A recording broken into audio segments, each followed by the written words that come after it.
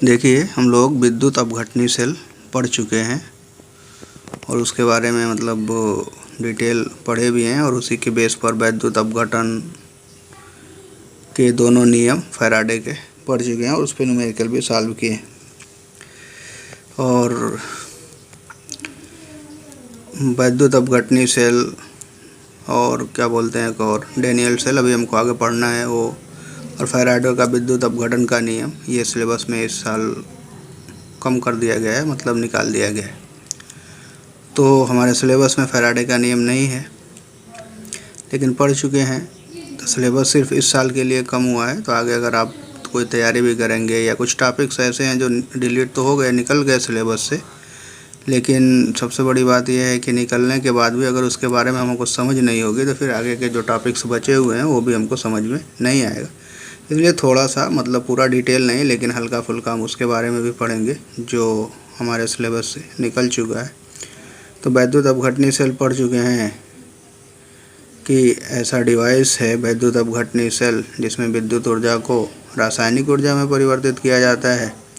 इसी के बेस पर हम दूसरे टाइप का सेल पढ़ने जा रहे हैं, विद्युत रासायनिक सेल। विद्युत रासायनिक सेल वह युक्ति या साधन है जिसके द्वारा रासायनिक ऊर्जा को विद्युत ऊर्जा में परिवर्तित किया जाता है। इसे गैल्वेनिक सेल या वोल्टेज सेल भी कहते हैं। विद्युत रासायनिक सेल पे हमारी आधी इलेक्ट्रोकेमिस्ट्री डिपेंड करती है, लेकिन यूपी बोर्ड का 30% सिलेबस कम हुआ है, उसमें से ये वोल्टेज सेल या विद्युत रासायनिक सेल को ही बाहर कर दिया गया है। लेकिन उसके न्यूमेरिकल्स जो हैं वो मतलब उनका रिलेशन अभी आगे हमको पढ़ना है, नट्स का समीकरण, तो उसमें उसकी ज़रूरत पड़ती है। तो उस पर जो न्यूमेरिकल्स हैं वह तो आएंगे, लेकिन विद्युत रासायनिक सेल की संरचना हमारे सिलेबस में नहीं पूछा जाएगा, लेकिन जानना तो ज़रूरी है। थोड़ा सा समझ लेते हैं फिर देखते हैं। विद्युत रासायनिक सेल में 2 इलेक्ट्रोड होते हैं जो अर्ध सेल कहलाते हैं, हाफ रिएक्शन, तथा इन पर होने वाली अर्ध सेल अभिक्रियाएँ कहलाती हैं, तथा इन पर होने वाली अभिक्रियाएँ क्या कहलाती हैं? अर्ध सेल अभिक्रियाएँ। अर्ध सेल अभिक्रियाएँ कहलाती हैं। सेल के जिस इलेक्ट्रोड पर अपचयन होता है, एकदम याद रखिएगा, बहुत पहले से ही जानते हैं, सेल के जिस इलेक्ट्रोड पर अपचयन होता है उसे कैथोड या धन इलेक्ट्रोड, तथा जिस इलेक्ट्रोड पर ऑक्सीकरण होता है उसे एनोड या ऋण इलेक्ट्रोड कहते हैं।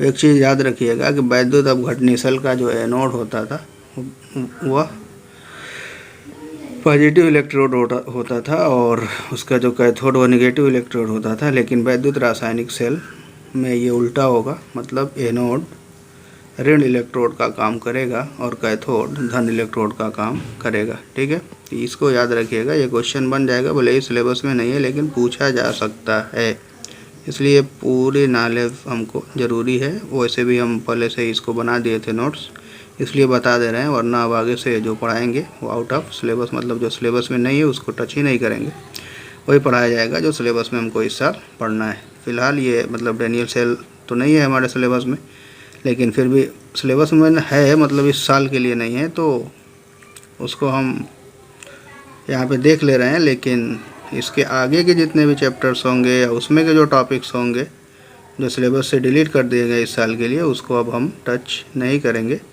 तो अभी फ़िलहाल इसके बारे में थोड़ा सा जान लेते हैं कि विद्युत रासायनिक सेल में जो इलेक्ट्रोड होता है धन इलेक्ट्रोड, उसको हम कैथोड बोलते हैं, जो ऋण इलेक्ट्रोड होता है उसे हम एनोड कहते हैं। और पहचान सबसे बड़ी यही है कि एनोड पर हमेशा ऑक्सीकरण होगा, चाहे कोई भी सेल हो, विद्युत अपघटनी सेल हो या विद्युत रासायनिक सेल हो, और कैथोड पर हमेशा अपचयन होता है। डेनियल सेल, गैल्वेनिक सेल या वोल्टेज सेल का मुख्य उदाहरण है। डेनियल सेल ये सेल है एक, इसी को हम गैल्वेनिक सेल या वोल्टेज सेल या विद्युत रासायनिक सेल भी कहते हैं। उसी की संरचना के बारे में हमको जानना है। तो ये स्ट्रक्चर है हमारा, अब इसको हम थोड़ा डिटेल में समझते हैं। ये देखिए 2 कंटेनर है, 2 पात्र, एक ये वाला और ये दोनों। ठीक है, देखिए कैसे बनाते हैं, इस संरचना आपको आनी चाहिए। बहुत मतलब इम्पॉर्टेंट क्वेश्चन है आईआईटी जेईई मेंस में या मतलब कि एडवांस जो भी एग्जाम्स होते हैं, तो इलेक्ट्रोकेमिस्ट्री से लगभग 6 से 10 नंबर के क्वेश्चन इलेक्ट्रोकेमिस्ट्री से होते हैं। इसमें से ये वोल्टमीटर ये क्या बोलते हैं, वोल्टी सेल से भी क्वेश्चंस होते हैं, तो इसको थोड़ा सा समझ लेंगे। ये सिर्फ सेल ही आधी इलेक्ट्रोकेमिस्ट्री है, तो ध्यान से इसको समझेंगे। तो एक पात्र में हम जिंक Zn+2 मतलब जिंक सल्फेट का सोल्यूशन, और दूसरे में क्या बोलते हैं, कॉपर सल्फेट का सोल्यूशन ले लेंगे। ठीक है, ये वैद्युत अपघट्ट का काम करेगा। जिंक सल्फेट में जिंक इलेक्ट्रोड मतलब जिंक धातु की छड़, और कॉपर सल्फेट के विलयन में कॉपर धातु की छड़ को डुबो देते हैं। बनाने का तरीका बता रहे हैं। उसके बाद हम क्या करते हैं ना कि जिंक इलेक्ट्रोड और क्या बोलते हैं कॉपर इलेक्ट्रोड दोनों को एक दूसरे से जोड़ देते हैं एक तार के द्वारा। उसमें वोल्ट मीटर लगा देते हैं, जिससे पता चलेगा कि धारा उत्पन्न हो रही है कि नहीं हो रही है। ठीक है, अब होता क्या है कि जिंक जो है और कॉपर, जब विद्युत रासायनिक श्रेणी हम हाई स्कूल में पढ़े थे तो उसमें देखा था कि जिंक का स्थान कॉपर से ऊपर होता है। इसका मतलब कॉपर जिंक की तुलना में अच्छा अपचायक है। अपचायक का मतलब वह धातु जो आसानी से इलेक्ट्रॉन त्याग करता है। तो यहाँ पे क्या होता है ना, जिंक इलेक्ट्रोड से जिंक Zn+2 आयन विलयन में आने लगते हैं। ध्यान दीजिएगा मैं क्या कहना, जिंक+2 आयन जिंक इलेक्ट्रोड से विलयन में आने लगते हैं Zn+2। इसका मतलब जिंक इलेक्ट्रोड से जिंक 2 इलेक्ट्रॉन त्याग करके विलयन में आने लगता है, जिसकी वजह से इस इलेक्ट्रोड पर इलेक्ट्रॉन की अधिकता हो जाती है, जिसकी वजह से ये इलेक्ट्रोड निगेटिव हो जाता है। Zn से Zn+2 में कन्वर्ट हो रहा है। इसका मतलब जिंक का ऑक्सीकरण हो रहा है, और जिंक का ऑक्सीकरण हो रहा है, इसलिए इस इलेक्ट्रोड का नाम क्या हो जाएगा, एनोड। और इलेक्ट्रॉन की वजह से इस पर क्या आ जाएगा, निगेटिव चार्ज। उस वजह से ये इलेक्ट्रोड तो निगेटिव होगा, लेकिन नाम इसका क्या होगा, एनोड। ठीक है, उसके बाद से दूसरा है कैथोड। तो कैथोड ये कॉपर का जो इलेक्ट्रोड है, तो ये कॉपर से क्या होता है ना, ये कॉपर सल्फेट के विलयन से कॉपर आयन उसी दोनों इलेक्ट्रॉन को, ये बाह्य परिपथ है ना, ये दोनों को जो हम इसको मतलब कि एक दूसरे से जोड़ दिए हैं, ये बाह्य परिपथ से इलेक्ट्रॉन ऐसे करके इलेक्ट्रॉन के प्रवाह की दिशा है, ये जा करके कॉपर की तरफ जाने लगते हैं, जिसकी वजह से कॉपर के विलयन में जो Cu+2 आयन्स हैं वो 2 इलेक्ट्रॉन एक्सेप्ट करके कॉपर में कन्वर्ट होकर के इसी इलेक्ट्रोड पर निक्षेपित होने लगते हैं, जिसकी वजह से ये इलेक्ट्रोड धनात्मक हो जाता है, और इस पर अपचयन होने का मतलब Cu+2 कन्वर्ट होता है Cu में, इसलिए यहाँ पे अपचयन होता है, और अपचयन होने के कारण इस इलेक्ट्रोड का नाम क्या हो जाता है, कैथोड। ठीक है, उसके बाद देखें, ये तो अभी सर्किट कंप्लीट नहीं है, तो इसके लिए हम एक और मतलब दोनों सोल्यूशन का संपर्क एक साल्ट ब्रिज से कर देते हैं। लवण सेतु बोला जाता है उसको। इस लवण सेतु में पोटेशियम सल्फेट मतलब कोई भी ऐसा इनर्ट इलेक्ट्रोड भरा रहता है। इनर्ट इलेक्ट्रोड का मतलब ऐसा साल्ट जो प्रबल अम्ल प्रबल क्षार से मिलकर बना होता है, कह सकते हैं। और इसमें ये कॉटन का ये ऊन लगा देते हैं, कपड़ा, जिसकी वजह से इसमें थोड़ा थोड़ा मतलब ये वैद्युत अपघट्ट है। तो कॉपर पोटेशियम सल्फेट है, तो पोटेशियम सल्फेट में K+ और SO4- आयन टूटते हैं। और इनकी ज़रूरत क्यों पड़ती है, जब लवण सेतु से जोड़ देते हैं ना, तो इंटरनल सर्किट भी पूरा हो जाता है और एक्सटर्नल सर्किट भी पूरा हो जाता है। वैद्युत धारा का प्रवाह होने लगता है। इलेक्ट्रॉन का प्रवाह जिंक इलेक्ट्रोड से कैथोड कॉपर इलेक्ट्रोड की ओर होता है, और धारा का प्रवाह इसके उल्टा दिशा में मतलब कॉपर से जिंक की ओर होने लगता है। ठीक है, तो इसमें क्या होता है फिर, ये लवण सेतु का काम क्या है, तो इनका काम बस यही है कि मान लीजिए यहाँ पे इलेक्ट्रॉन Zn+2 में कन्वर्ट होगा, तो इलेक्ट्रॉन की मात्रा धीरे धीरे बढ़ेगी यहाँ से। उसी तरह यह कॉपर सल्फेट जब यहाँ से निकल करके कॉपर आयंस इसमें क्या बोलते हैं ना कि कॉपर आयंस जब यहाँ पे निक्षेपित होने लगेंगे कॉपर के फॉर्म में, तो यहाँ पे भी हमारा धनायन की मात्रा धीरे धीरे घटेगी। तो यहाँ पे ऋणावेश बढ़ गया, यहाँ पे धनावेश बढ़ गया, यहाँ पे ऋणावेश बढ़ गया, जिसकी वजह से क्या हो जाएगा ना, इन दोनों के बीच में विभवांतर उत्पन्न हो जाएगा। अगर अंदर विभवांतर उत्पन्न हो गया तो फिर ये इंटरनल फिर से यहाँ पे विद्युत धारा प्रवाहित होने लगेगी। तो दोनों विलयन में आवेश बराबर हो, मतलब दोनों विलयन की उदासीनता बरकरार रहे, बनी रहे, इसी के लिए हम इनर्ट इलेक्ट्रोलाइट का प्रयोग करते हैं। कि बस इसका काम यही है कि ये इस रिएक्शन में पार्टिसिपेट नहीं करता है साल्ट ब्रिज। और साल्ट ब्रिज में जो आयन्स होते हैं वो मतलब कि यहाँ पे अगर ऋणायन की ज़रूरत है तो यहाँ पे ऋणावेश आकर के इस मतलब कि धनावेश को उदासीन करते हैं, और यहाँ पे धनावेश की अगर ज़रूरत है तो धनावेश आकर के इसको उदासीन करते हैं, जिसकी वजह से विलयन की उदासीनता बनी रहती है और हमारा सेल अच्छी तरह से काम करता रहता है। ठीक है, अब इसमें क्या होता है ना कि मतलब इनर्ट कोई भी inert electrode, potassium nitrate, potassium sulphate, potassium chloride, sodium chloride का ये मतलब कि इसमें भरा रहता है। और एक और नाम होता है अगर एक पेस्टलेई टाइप का पदार्थ होता है, उसी में इसको भरा जाता है। तो इसका सीधा काम यही है। अगर पूछा जाए कि लवण सेतु का काम क्या है, तो बस काम यही है कि विलयन की उदासीनता बनाए रखता है। इसमें धनायन और ऋणायन जो होते हैं, मतलब जो धनावेश और ऋणावेश होगा, दोनों की गति क्या होती है, समान होती है।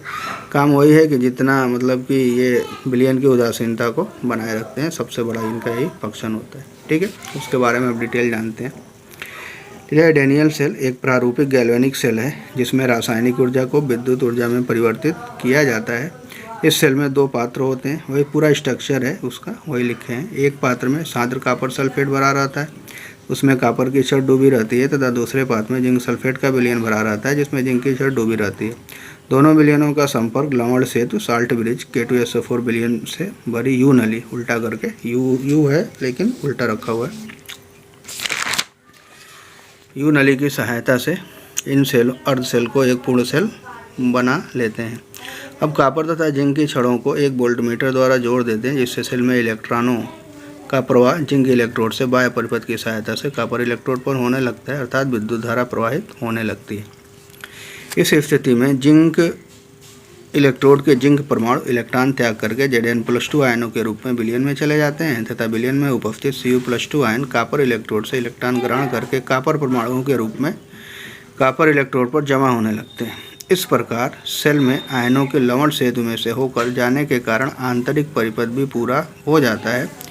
वैद्युत धारा की दिशा इलेक्ट्रॉन प्रवाह की दिशा के विपरीत होती है, बता चुके हैं, जिससे कॉपर तथा जिंक इलेक्ट्रॉनों के मध्य विभवांतर उत्पन्न हो जाता है।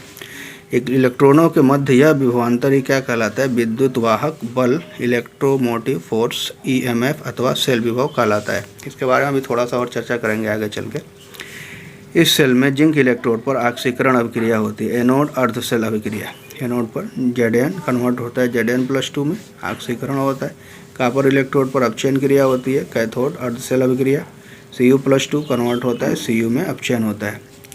इस प्रकार सेल के अंदर से ऑक्सीकरण अपचयन रेडॉक्स अभिक्रियाएँ होती हैं। सेल के अंदर ये दोनों रिएक्शन ऑक्सीकरण अपचयन की अभिक्रिया होती है, अतः सेल के अंदर होने वाली अभिक्रिया इन दोनों अर्ध सेल अभिक्रियाओं का योगफल होती है। दोनों को ऐड करेंगे जब, दोनों रिएक्शन को, इसको और इसको, ऑक्सीकरण अपचयन को, ओवरऑल हमको ये रिएक्शन मिलेगा Zn+Cu+2 Z1+2 Cu। ठीक है, सेल में होने वाली ऑक्सीकरण अपचयन की उपरोक्त पूर्ण अभिक्रिया को हम क्या कहते हैं, सेल अभिक्रिया। ठीक है, तो अर्ध सेल अभिक्रिया पूछेगा, अर्ध सेल की ऑक्सीकरण अभिक्रिया, अर्ध सेल की अपचयन अभिक्रिया या एनोड पर होने वाली अभिक्रिया, कैथोड पर होने वाली अभिक्रिया, और दोनों अभिक्रियाओं को जोड़ देंगे तो ये पूर्ण सेल अभिक्रिया होगी। इलेक्ट्रोड और कैथोड दोनों रिएक्शन को ऐड करेंगे, half cell reaction anode, half cell reaction cathode, दोनों को ऐड करेंगे तो हमारा कंप्लीट सेल रिएक्शन प्राप्त हो जाएगा।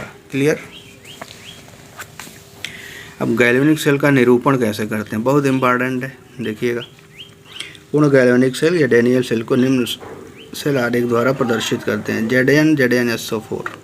ठीक है, Zn/Zn/SO4 ध्यान रखिएगा, Zn/Zn/SO4 एक्वस, मतलब पहले जिंक धातु का इलेक्ट्रोड और फिर जिंक सल्फेट, बीच में ये 2 लाइन सीधी वाली, फिर कॉपर सल्फेट से Cu, ये प्लस ये माइनस, ये जो है ना, ये दोनों, ये इलेक्ट्रोड का मतलब कि इलेक्ट्रोड किस टाइप का है, तो जिंक इलेक्ट्रोड क्या होता है, निगेटिव होता है, और कॉपर इलेक्ट्रोड पॉजिटिव होता है। तो इसको हम ऐसे भी लिख सकते हैं, Zn/SO4 में Zn+2, Zn से Zn+2 में कन्वर्ट हो रहा है, और फिर उसके बाद से एक Cu+2 Cu+ में कन्वर्ट, Cu में कन्वर्ट हो रहा है। ठीक है, ये दोनों हमारा इलेक्ट्रोड का टाइप है कि धन इलेक्ट्रोड है या ऋण इलेक्ट्रोड है, और ये दोनों जो लाइन है ना, ये साल्ट ब्रिज को डिनोट करती है। ठीक है, किसी गैल्वेनिक सेल के सेल आरेख में एनोड ऋण इलेक्ट्रोड को बाईं ओर तथा कैथोड धन इलेक्ट्रोड को दाईं ओर रखते हैं। एक खड़ी रेखा किसी गैल्वेनिक सेल के सेल आरेख में एनोड ऋण इलेक्ट्रोड को बाईं ओर, किसी गैल्वेनिक सेल के सेल आरेख में एनोड ऋण इलेक्ट्रोड को बाईं ओर तथा कैथोड धन इलेक्ट्रोड को दाईं ओर रखते हैं। एक खड़ी रेखा 2 प्रावस्थाओं ठोस और विलयन की सीमा को, और 2 समांतर खड़ी रेखा 2 विलयन को जोड़ने वाली लवण सेतु को प्रदर्शित करता है। डैनियल सेल को रिप्रेजेंट करने के लिए एक चीज़ आप याद रखिएगा, हम बता दे रहे हैं, लोन प्रोसेस, LON ये कॉपर जिंक सेल है। कॉपर जिंक सेल को ही हम क्या बोलते हैं, डैनियल सेल कहते हैं। तो कोई भी डैनियल सेल होगा तो ये विद्युत रासायनिक श्रेणी के हिसाब से ही हम कन्फर्म करते हैं इसको कि मतलब किस तरह से हम बनाएंगे, किस पर अपचयन होगा, किस पर ऑक्सीकरण होगा। तो कभी भी डैनियल सेल या गैल्वेनिक सेल का निरूपण करना होता है तो हमेशा इस लोन प्रोसेस का उपयोग करेंगे। लोन प्रोसेस से आपको याद होना चाहिए, L for left, O for oxidation,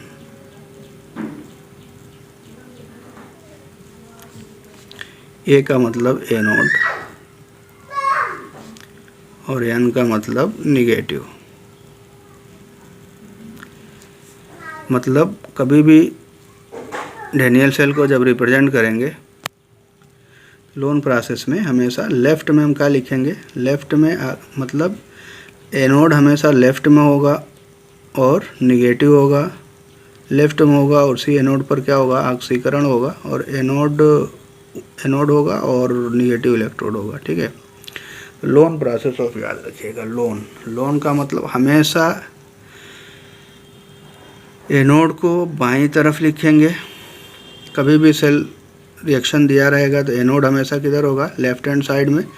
left hand side में ही लिखते हैं, लेफ्ट हैंड साइड में एनोड को लिखा जाता है और वहीं पे ऑक्सीकरण होता है। जहाँ पे ऑक्सीकरण होता है वही एनोड की तरह काम करता है और डैनियल सेल का एनोड निगेटिव होता है। ठीक है, ये प्रोसेस बाकी आधा हो गया इधर का, तो इधर का क्लियर, तो फिर राइट में क्या लिखेंगे, क्लियर हो जाएगा। ठीक है, याद रखिएगा Zn+2 ये दोनों के बीच में एक लाइन, ये दोनों साल्ट ब्रिज को डिनोट करता है। बाकी जैसे भी रिएक्शन होगा ऐसे ये डिनोट कर देंगे, रिप्रेजेंट कर देंगे। तो डायरेक्ट देता है, कभी कभी सेल दे देगा, कहेगा रिप्रेजेंट करके बताइए। डैनियल सेल का विभव ई सेल इक्वल टू होता है ई कैथोड माइनस ई एनोड। आप लोग विद्युत रासायनिक श्रेणी में मानक अपचयन विभव का मान आप लोगों ने देखा होगा, मानक अपचयन विभव का मान आप लोगों ने देखा होगा, लिखा ई कैथोड माइनस ई एनोड। कहने मतलब जिस धातु का कैथोड है, जिस धातु का एनोड है, तो वहाँ पे जो मान दिया हो रहा है मानक अपचयन विभव का मान, वही मान उठा के इसमें रख देंगे तो हमको पूरा कंप्लीट सेल विभव मतलब विद्युत वाहक बल का मान निकल जाएगा। जैसे ई सेल का मतलब Cu+2, देखिए यहाँ पे उल्टा नहीं, एकदम सीधा सीधा लिखिए, ई Cu से Cu+2 में कन्वर्ट हो रहा है तो मतलब इलेक्ट्रोड विभव का मान कितना है, Zn से Zn+2 में कन्वर्ट हो रहा है तो कितना है। इसको हम ऐसे भी लिख सकते हैं, E cell equal to E Zn+2 Zn plus Cu से Cu+2। यहाँ पे देखिए ये ऑक्सीकरण विभव है, Zn+2 से Zn।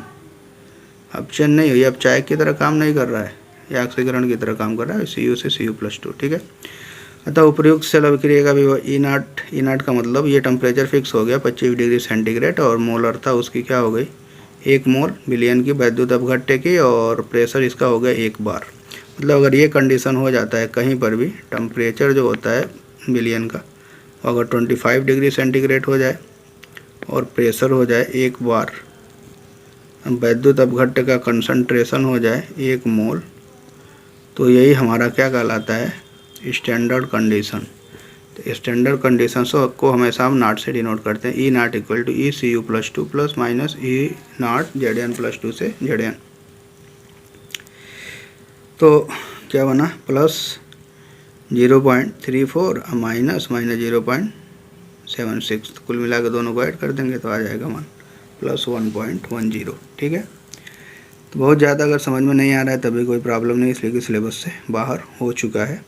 किसी सेल के दोनों इलेक्ट्रोडों का विभव ऋणात्मक एवं धनात्मक या धनात्मक एवं ऋणात्मक हो सकता है, परंतु इनमें अधिक ऋणात्मक मानक अपचयन विभव वाला इलेक्ट्रोड एनोड तथा कम ऋणात्मक मानक अपचयन विभव वाला इलेक्ट्रोड कैथोड होता है। सपोज दैट, मान लीजिए आप विद्युत रासायनिक श्रेणी पढ़े हैं, तो अगर हमने 2 इलेक्ट्रोड बनाया, एक इलेक्ट्रोड हमारा हाइड्रोजन का है और एक इलेक्ट्रोड हमारा जिंक का है। अगर आपसे हम पूछें कि किस इलेक्ट्रोड को एनोड बनाएंगे और किसको कैथोड बनाएंगे, तो कभी भी जब 2 इलेक्ट्रोड दिए हुए हों तो हमेशा विद्युत रासायनिक श्रेणी अगर आपको याद हो तो जिस इलेक्ट्रोड का इलेक्ट्रोड विभव ज़्यादा निगेटिव होता है उसको हम बनाते हैं अधिक निगेटिव क्या, इलेक्ट्रोड पोटेंशियल। अधिक निगेटिव इलेक्ट्रोड पोटेंशियल जिसका होगा उसको हम क्या बनाएंगे, एनोड, हमेशा याद रखिएगा बस इसी को, बाकी क्लियर होगा। अब जिंक है, हाइड्रोजन है, जिंक ऊपर होता है, जिंक एनोड होगा, हाइड्रोजन कैथोड होगा। अगर हमको एक सेल बनाना है कॉपर का और Ag का, अब यहाँ पे एनोड किसको बनाएंगे, कॉपर को एनोड और Ag को कैथोड। अब यहाँ पे कॉपर किसका, अभी जिंक कार्बन कॉपर सेल में, तो जिंक कॉपर सेल में एनोड क्या था, जिंक, कैथोड क्या था, कॉपर। लेकिन वही अगर कॉपर सिल्वर सेल बनाना हो तो यही कॉपर एनोड की तरह काम करने लगेगा और सिल्वर कैथोड की तरह काम करने लगेगा। ठीक है। अगला है विद्युत अपघटनीय सेल और गैल्वेनिक सेल में क्या अंतर होता है, तो इसको पढ़ लेते हैं थोड़ा सा। विद्युत अपघटनीय सेल में किसी बाह्य स्रोत से विद्युत ऊर्जा देने पर कोई रासायनिक अभिक्रिया होती है। गैल्वेनिक सेल में रासायनिक ऊर्जा का विद्युत ऊर्जा में परिवर्तन होता है, जानते ही है। विद्युत अपघटनीय सेल का एनोड धन ध्रुव होता है, गैल्वेनिक सेल का कैथोड धन ध्रुव होता है। विद्युत अपघटनीय सेल का कैथोड ऋण ध्रुव होता है, गैल्वेनिक सेल का एनोड ऋण ध्रुव होता है। केवल विद्युत अपघटनीय सेल में बाह्य परिपथ से बैटरी या विद्युत ऊर्जा का अन्य परिपथ में दिया जाता है, मतलब बाहर से हम ऊर्जा देते हैं। ठीक है। अगली हेडिंग है हमारा इलेक्ट्रोड विभव, ये है सिलेबस में, इसको पढ़ना है। ठीक है। तो परिभाषा तो आप लोग पढ़ ही चुके हैं इसके पहले भी, लेकिन यहाँ पे फिर पढ़ते हैं। जब किसी धातु की छड़ को उसके किसी लवण के विलयन में डुबाया जाता है तो धातु की छड़ विलयन के सापेक्ष धनावेशित या ऋणावेशित हो जाती है, जिसके परिणाम स्वरूप धातु और विलयन के मध्य विभवांतर उत्पन्न स्थापित हो जाता है। इस विभवांतर को धातु का इलेक्ट्रोड विभव कहते हैं। इस इलेक्ट्रोड पर होने वाली अर्ध अभिक्रिया का इलेक्ट्रोड विभव भी कहते हैं। इसे कैपिटल ई से व्यक्त करते हैं। क्लियर। इलेक्ट्रोड विभव निम्नलिखित कारकों पर निर्भर करता है। तो नोट्स है आपका, एक ही बार पढ़ रहे हैं तो थोड़ा ध्यान से लिख लीजिएगा। चालक की प्रकृति, ये क्वेश्चन है पेपर का है, तो इलेक्ट्रोड विभव है सिलेबस में, ये पूछेगा, इसको थोड़ा ध्यान से पढ़िएगा। चालक की प्रकृति पर डिपेंड करता है। जिस इलेक्ट्रोड की चालकता जितनी अधिक होती है उतना ही अधिक इलेक्ट्रोड विभव उत्पन्न करता है, पहला। दूसरा, धातु के आयन की विलयन में सांद्रता बढ़ाने पर इलेक्ट्रोड विभव का मान घटता है, क्योंकि आयनन घट जाता है, फलस्वरूप चालकता भी कम हो जाती है। ठीक है। कंसंट्रेशन ज़्यादा होगा सॉल्यूशन का, चालकता कम होगी तो इलेक्ट्रोड विभव कम होगा। कंसंट्रेशन कम होगा मतलब विलयन तनु होगा तो आयनन ज़्यादा होगा, जिसकी वजह से चालकता ज़्यादा होगी तो इलेक्ट्रोड विभव भी ज़्यादा होगा। तापक्रम पर डिपेंड करता है, ताप बढ़ाने पर आयनन बढ़ता है, टेम्परेचर बढ़ाने पर आयनन बढ़ेगा, आयनन बढ़ने का मतलब चालकता बढ़ेगी, चालकता बढ़ने का मतलब इलेक्ट्रोड विभव का मान भी बढ़ जाता है। ठीक है। इलेक्ट्रोड विभव की उत्पत्ति की व्याख्या, अब डिटेल हम पढ़ने जा रहे हैं, कैसे मतलब कि इलेक्ट्रोड पर विभव उत्पन्न होता है। जर्मन भौतिक वैज्ञानिक नर्स्ट के अनुसार जब किसी धातु की छड़ को उसी धातु के किसी लवण के विलयन में डुबोया जाता है तो धातु की छड़ पर धन या ऋण आवेश उत्पन्न होना निम्नलिखित दो तथ्यों पर निर्भर करता है। मतलब कैसे उत्पन्न हो जाता है धातु पर धन आवेश और ऋण आवेश। तो पहला है फैक्ट हमारा, जब धातु की छड़ से धनायन विलयन में चले जाते हैं, धातु की छड़ से धनायन विलयन में चले जाते हैं तो धातु की छड़ ऋणावेशित हो जाती है। धातु की इस प्रवृत्ति को धातु का वैद्युत अपघटनीय विलयन दाब कहते हैं, याद रखिएगा। जब धातु की छड़ से धनायन विलयन में चले जाते हैं तो धातु की छड़ से धनायन विलयन में कब जाएंगे, जब धातु इलेक्ट्रॉन त्याग करके धनायन बनाएगा। ठीक। जब धनायन चले गए तो छड़ पर क्या बचेंगे, इलेक्ट्रॉन। इलेक्ट्रॉन की वजह से छड़ क्या हो जाएगा, ऋणावेशित हो जाएगा। तो धातु की इस प्रवृत्ति को ही क्या कहते हैं, धातु का वैद्युत अपघटनीय विलयन दाब, इलेक्ट्रोलाइटिक सॉल्यूशन प्रेशर SP कहते हैं। ठीक है। यदि M धातु का परमाणु तथा M पर N+ धातु का धनायन हो तो यही कंडीशन होगा ना, धातु किस में कन्वर्ट होगा, M पर N+ में। जितना पॉजिटिव चार्ज होगा उतने ही इलेक्ट्रॉन होंगे। ये धातु है, धातु का इलेक्ट्रोड में धातु है, धातु का परमाणु है। ये धातु धनायन जो विलयन में जाते हैं Mn+2 के रूप में चला जाएगा अंदर। वे इलेक्ट्रॉन जो धातु की छड़ पर रहते हैं, इलेक्ट्रॉन धातु की छड़ पर रहेंगे, जिसकी वजह से छड़ क्या हो जाएगा, ऋणावेशित हो जाएगा। अतः धातु की छड़ पर ऋणावेश के कारण ऋणात्मक विद्युत विभव उत्पन्न होता है और विलयन पर धनात्मक विभव उत्पन्न हो जाता है। विलयन के सापेक्ष धातु की छड़ क्या हो गई, ऋणावेशित हो गई और विलयन धनावेशित हो गया। ठीक है। उदाहरण, अब जिंक के बारे में उदाहरण पढ़ लेते हैं। जब जिंक की छड़ को जिंक सल्फेट के विलयन में डुबोया जाता है, साम्य अवस्था पर जिंक धातु की छड़ ऋणावेशित हो जाती है। इस ऋणावेश को उदासीन करने के लिए धनावेशित Zn+2 आयन की एक परत ऋणावेशित जिंक छड़ के चारों ओर आ जाती है। इस प्रकार धातु तथा विलयन के संपर्क पृष्ठ पर एक विद्युतीय द्विपरत इलेक्ट्रिकल डबल लेयर सरफेस उत्पन्न हो जाता है। फलस्वरूप धातु तथा विलयन के मध्य विभवांतर स्थापित हो जाता है। ये हमारा इलेक्ट्रॉन की वजह से ये जिंक सल्फेट का विलयन है, ठीक है, और जिंक सल्फेट का सोल्यूशन है। ये जिंक की छड़ है और छड़ पे ये इलेक्ट्रॉन की वजह से ऋण आवेश है और ये Zn+2 आयन इसके चारों ओर इसको बैलेंस करने के लिए इधर उधर इकट्ठे हो जाते हैं। तो इसके सर ये डबल लेयर हो गया ना, ये प्लस माइनस का, तो इसी वजह से ये छड़ क्या हो गया, ऋण आवेशित हो गया और विलयन क्या हो जाता है, धनावेशित हो जाता है और दोनों के बीच में विभवांतर उत्पन्न हो जाता है। इसी को हम क्या बोलते हैं, इलेक्ट्रोड विभव। आक्सीकरण के कारण इलेक्ट्रोड पर विभव उत्पन्न हो रहा है, इसलिए इसे हम क्या बोल सकते हैं, आक्सीकरण इलेक्ट्रोड विभव। सेकंड कंडीशन है, जब धातु के धनायन विलयन को छोड़कर परमाणुओं के रूप में धातु की छड़ पर जमा हो जाते हैं तो धातु की छड़ धनावेशित हो जाती है। विलयन की इस प्रवृत्ति को उसका परासरण दाब कहते हैं। विलयन का परासरण दाब कब, जब धातु के धनायन विलयन को छोड़कर परमाणुओं के रूप में धातु की छड़ पर जमा हो जाते हैं तो धातु की छड़ धनावेशित हो जाती है। विलयन की इस प्रवृत्ति को उसका परासरण दाब कहते हैं। मतलब हम देखेंगे इसके लिए एग्जाम्पल है। जैसे मान लीजिए हमारा है ये M धातु है, धातु का परमाणु है तथा M पर N+ धातु का धनायन है। तो विलयन में हमारे धनायन हैं, धातु के धनायन के विलयन में उपस्थित धनायन, धातु के धनायन के विलयन में उपस्थित धनायन, मतलब अगर कॉपर है तो कॉपर सल्फेट के विलयन में धनायन होगा, Cu+2 है। वह धनायन इलेक्ट्रॉन एक्सेप्ट करके धातु की छड़ से प्राप्त इलेक्ट्रॉन को एक्सेप्ट करके धातु की छड़ पर उपस्थित धातु के रूप में मतलब इकट्ठे हो जाते हैं। जैसे उदाहरण अगर क्लियर होगा यहाँ से, कॉपर धातु की छड़ को कॉपर सल्फेट विलयन में डुबाने पर साम्य स्थिति में कॉपर की छड़ धनावेशित हो जाती है तथा इस धनायन को उदासीन करने के लिए कॉपर धातु की छड़ के चारों ओर ऋणावेशित सल्फेट आयनों की एक परत उत्पन्न हो जाती है। जैसे हमारा यहाँ पे है Cu+2 का विलयन है ये, तो यहाँ पे Cu+2 आयन्स होंगे। तो Cu+2 आयन्स यहाँ से इलेक्ट्रॉन एक्सेप्ट करके इस पर जाने लगते हैं, जिसकी वजह से ये छड़ हमारा क्या हो गया, मतलब इस पर कॉपर की परत बनने लगी, मोटा हो जाएगा धीरे धीरे छड़। तो यहाँ पे ये धनावेश है, तो धनावेश इकट्ठा हो रहा है ना, यहाँ से इधर जा रहा है छड़ पे, तो धनावेश यहाँ पे इकट्ठा हो गया, धनावेश धनावेश धनावेश धनावेश धनावेश, तो छड़ हो गई धनावेशित। और यहाँ पे जो सल्फेट आयन है ना, तो इसको बैलेंस करने के लिए इसके अगल बगल इकट्ठे हो जाएंगे ये सल्फेट आयन्स, नेगेटिव आयन्स, जिसकी वजह से ये क्या हो गया, ऋणावेश। ठीक है, ऋणावेश धनावेश द्विस्तर उत्पन्न हो गया, विलयन ऋणावेशित हो गया, क्षण धनावेशित हो गया और दोनों के बीच में जो विभवांतर होगा उसी को क्या बोलेंगे, इलेक्ट्रोड विभव। अपचयन के कारण हो रहा है इसलिए क्या हो जाएगा, अपचयन इलेक्ट्रोड विभव। धातु को धातु लवण के विलयन में रखने पर उपर्युक्त दोनों अभिक्रियाएं कुछ समय पश्चात साम्य अवस्था में आ जाती हैं। होता क्या है ना, किसी को भी रखोगे ना तो M से Mn+2 में, Mn+2 से इसमें, ऐसे अल्टरनेट होता रहेगा और साम्य स्थिति स्थापित हो जाएगी। तो साम्य अवस्था में दोनों अभिक्रियाओं का वेग समान हो जाता है, मतलब इससे ये बनेगा, इससे ये बनेगा। तथा धातु की छड़ पर धनावेश के कारण धनात्मक वैद्युत विभव उत्पन्न होता है तथा विलयन पर वैद्युत ऋणात्मक आवेश के कारण ऋणात्मक विभव उत्पन्न हो जाता है।